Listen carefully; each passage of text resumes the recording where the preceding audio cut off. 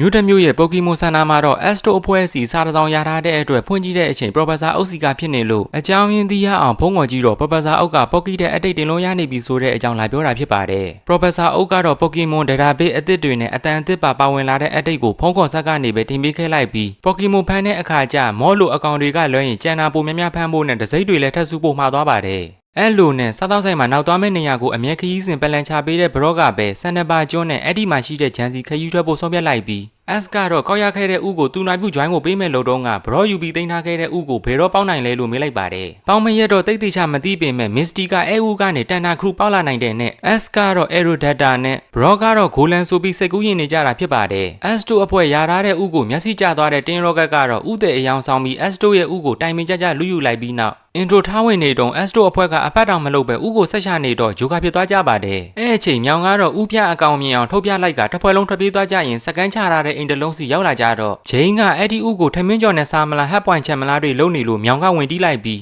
သူကအဲ့ဒီတို့ချက်စားဖို့မဟုတ်ပဲအဲ့ဒီဥကလေးကိုအကောင်ပေါက်ဖို့လို့ပြန်ပြောလိုက်ပါတယ်။ခိုးယူထားတဲ့ဥကအချိန်နဲ့ရင်ပိုင်ရှင်စီပြန်ပေးရမယ်ဆိုပေမဲ့လည်းရှိတဲ့အခိုက်အတန့်လေးတစ်ခုမှတတ်နိုင်တဲ့လောက်နှွေးထွေးမှုပေးခဲ့ပါတယ်။ S အဖွဲ့လည်းတင်းရော့ကတ်တို့ကိုခြေရကန်လိုက်ရှာကြရင်စကန်ချထားတဲ့အိမ်တလုံးစီရောက်လာကြတဲ့အချိန်အထဲမှာတင်းရော့ကတ်နဲ့အခိုးခံရတဲ့ဥရှိနေတာသိကြသွားတော့ PGO တို့ Star U နဲ့ Geo2 တို့အလေးဝင်တိုက်လိုက်တဲ့အတွက်ဥကိုပြန်ယူနိုင်လိုက်ပါတယ်။လွယ်လွယ်နဲ့ရှော့မပေးနိုင်တဲ့တင်းရော့ကတ်ကဝီစီကန်းငွေတွေထုတ်လိုက်ပြီးဥဝင်လူရင်ပွဲလောရိုက်နေကြတော့မြောင်စီပြန်ရသွားတဲ့အချိန် PGO တို့ရဲ့ Ghost Attack နဲ့ဖြည့်ရှင်းလိုက်တာကြောင့်မြောင်ပိုက်ထားတဲ့ဥလည်းချော့ထွက်သွားပါတယ်။ S လေဝင်ဖမ်းပေမဲ့မရလိုက်ပဲအကုန်ပွဲပြီးထင်နေတော့ကန်ကောင်းကျင်တော့ပီကာကျူးကဖမ်းယူနိုင်လိုက်ပါတယ်။အဲ့ဒီနောက်ဥကွဲတက်ဆပြူလာလို့အားလုံးငြိမ်ကုန်ကြပြီးဥစားပေါက်လာတဲ့အချိန်မှာတော့ Misty ကဖျောင်းဝင်ခင်းလိုက်ပါတယ်။အဲ့လိုနဲ့အဆုံးသက်ဖို့မင်းနေကြလို့ပီကာကျူးကပဲတစ်ဖွဲ့လုံးကိုရှော့ရိုက်ပေးခဲ့လိုက်ပြီးအပြင်တနေရာစီရောက်လာခဲ့ကြပါတယ်။အဲ့ဒီနေရာရောက်တော့ Pokemon အမျိုးအစားတီးရအောင်အတိတ်တင်ထားတဲ့ Pokédex နဲ့စစ်ကြည့်ပင်မဲ့ Pokemon နာမည် Togepi ဆိုတာပဲသိလိုက်ရပြီး Togepi ကိုအရင်ရှာတွေ့ခဲ့တဲ့ S ဂူးဆိုင်ပေးခဲ့တဲ့ Bron နဲ့ Misty ဆိုပြီး Togepi ကိုသူ့ပိုင်းနဲ့ငါပိုင်းနဲ့စားပစ်ကုန်ကြလို့ဂျားတဲ့ကမြောင်ကလည်းဥမပေါက်ခင်အချိန်တုန်းကဂူးတစ်ဆိုင်ပြုစုပေးခဲ့ကြောင်းပြောလာပါတယ်။အဲ့ဒါကြောင့်တိုကယ်ဘီရဲ့ပိုင်ရှင်ကိုသိရဖို့ပြိုင်ပွဲတစ်ခုစီစဉ်လိုက်ပြီးအဲ့ဒီပြိုင်ပွဲကိုတော့